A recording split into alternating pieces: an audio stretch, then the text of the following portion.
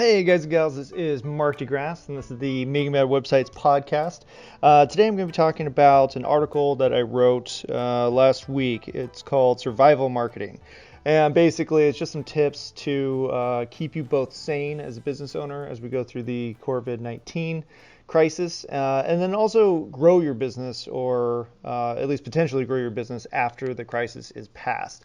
So I'm basically just going to go through each one of the three key items that I think you should focus on. And if you have any questions, feel free to contact me. We're always available to answer anything you have going. So number one is to inform your existing customers that you're going to make it. Now you may have doubts about what's going to happen after this whole process is done, but nobody needs to know that. You are on top of the world, you're kicking butt, you're adapting, you're changing, you are a master of adversity. So keep that in mind, and don't tell your customers how bummed you are. There's zero benefit. I guess pity purchases maybe, but it's not good. It's not good for long-term business or short-term business. Everybody's going through it, and if you want to appear like your business is going to be fine, then just push forward. Donate time, donate effort, just do something, but stay active. So one of the best things you could do online, especially now, is three components. Number one, post on at least 2 social media channels at least twice daily. So this is a lot. A lot of times I just tell my clients at least post daily, but right now, again, you're active, you're dynamic, you're keeping people informed that you still exist. Okay, number 2, send an update email to your newsletter list at least once weekly. This is really important, and a lot of people, I think, now are starting to understand the benefits of email marketing. It's the most effective conversion marketing online that you can do. I'll post an article with all the stats for that, but it's super effective. And I call it privatizing your following, because you don't have any control over what Facebook, YouTube, Twitter, all the social media channels are going to do. What you do have control over is your list and your website. So your email list is that private marketing channel that you could take, and you can make millions over years if you do it right. So once weekly. Now with these, I always say try to stay informational 75% of the time. So if you're doing once weekly, that's 4 a month. Then only one of those emails should be directly promotional. You can always include promotions within the email, but the email should be primarily content driven, good information, useful information that isn't necessarily, hey, buy my crap. You want it to be something else. All right. So three informational and then 1 promotional. All right, last you have add a page to your website. This could be in the form of an article, press release, video, podcast, blah, blah, blah, at least once weekly. If you really want to be significant online, you have to constantly be growing your website. Google and every search engine judges you based on that.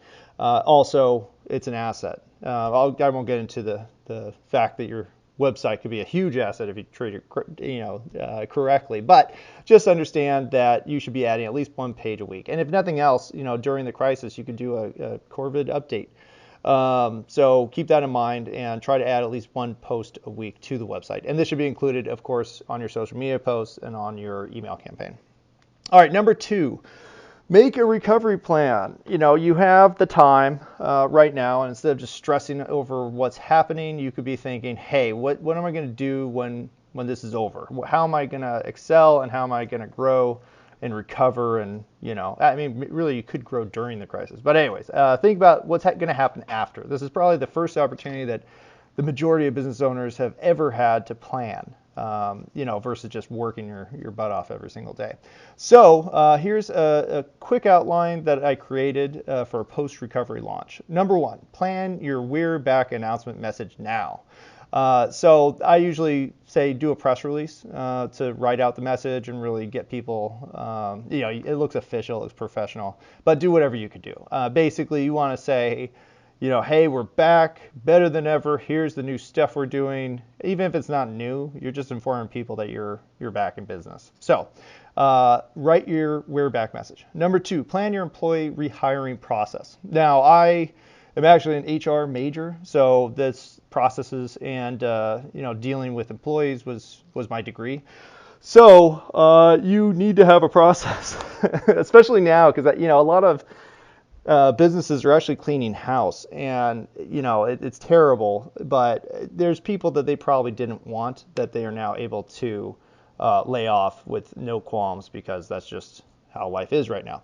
But to fix the issues that you may have had in the past, when you go to rehire, you need to make a process for, one, identifying good employees, and then two, hiring and onboarding your new employees. This is super pivotal. And again, I'll probably write an article specifically about that.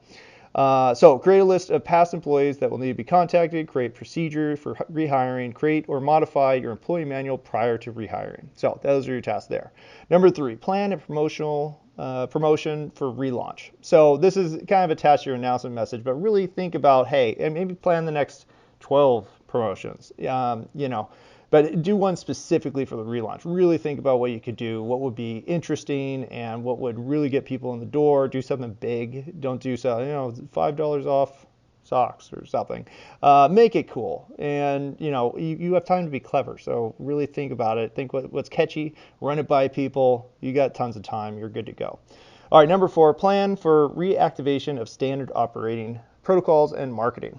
So again, you may have never had time to plan this stuff out. You do right now. So really sit down, write all your procedures out. Step 1, step 2, step 3. Make a whole manual out of it, and then same thing for your marketing. Say, hey, here's the 12-month plan we're going to do. Here's our monthly promotion. Here's our 4 email campaigns we're going to do a month.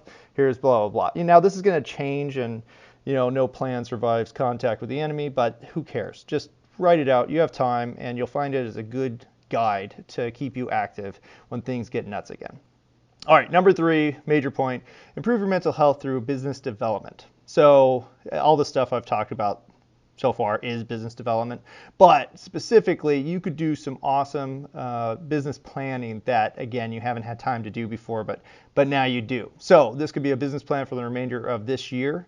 You could do a 3-year business plan. You could, again, create your procedural or employee manuals. You could create a video series explaining your services, FAQs, business history, just everything about you. You could create a podcast series, explain, again, all of everything that you do, and really just your opinions that will make people see you as a professional in their eyes. And I always tell people, in terms of content, if you haven't answered your clients or customers' questions, then somebody else is. So you literally have to answer every potential question that a customer could have. If somebody's done it before, who cares? They're not you. Do you want to send them traffic? Because that's what you're doing by not including the answer on your website.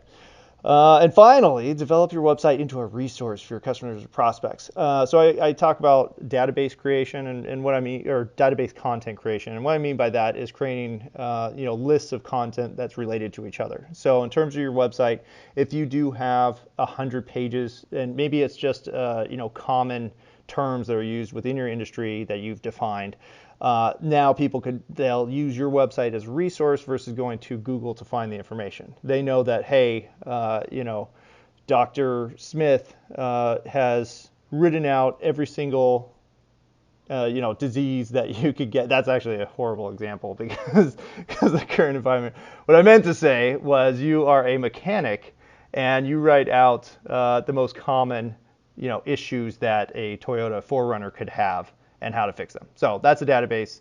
If somebody finds it, they'll go back to you a million times, and that kind of recurring traffic is really what's going to drive your long-term success online. All right, so that's it. 3 simple things. None of these are simple. 3 things you could do to really improve and excel your business after this crisis. I call it survival marketing. There's actually a ton more concepts that we'll get into, but if you want to see the article, this is all written out on there. I probably should have started with that, but it's on my website, megamadwebsites.com, and just go to the blog and you'll find it there. And again, if you have any questions, let me know. We also do 20-minute free consults where if you just want to, shoot the shit, we could just talk for 20 minutes, and then I can tell you what we do. Just so you know, we do website, brand, and content creation. So you'll see my websites on my website, and also my media store, which is brand new, where you could, hire us to set up your podcast, set up your YouTube channel, and do all the content production stuff that I constantly telling people to do.